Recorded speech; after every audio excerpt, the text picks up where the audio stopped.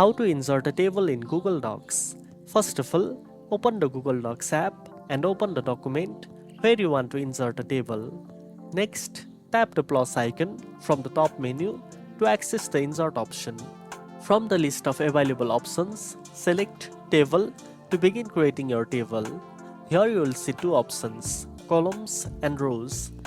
Use the up and down buttons to set the desired number of rows and columns.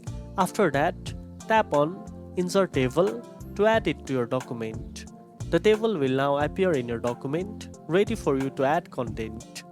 You can tap inside any cell to enter text, numbers, or other data, making it easy to organize your information. If you need to adjust the table size, simply drag the borders of the cell or column to resize them as needed. And that's it. Now you know how to insert a table in Google Docs. If you found this video helpful, don't forget to like, share, and subscribe for more tech tips. Thanks for watching, and I'll see you in the next one.